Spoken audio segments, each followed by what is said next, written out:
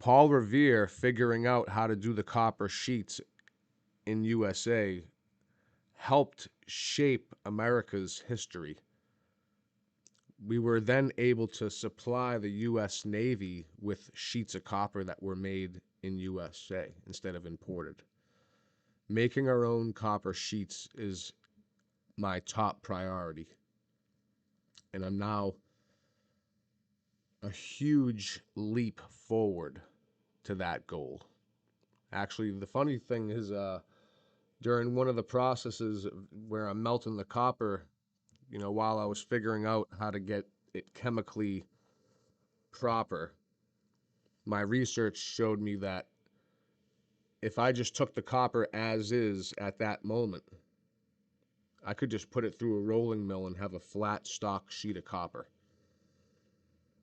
So we are actually really close. I think that if we had a rolling mill, we would be able to make our own sheets of copper. So, really excited here.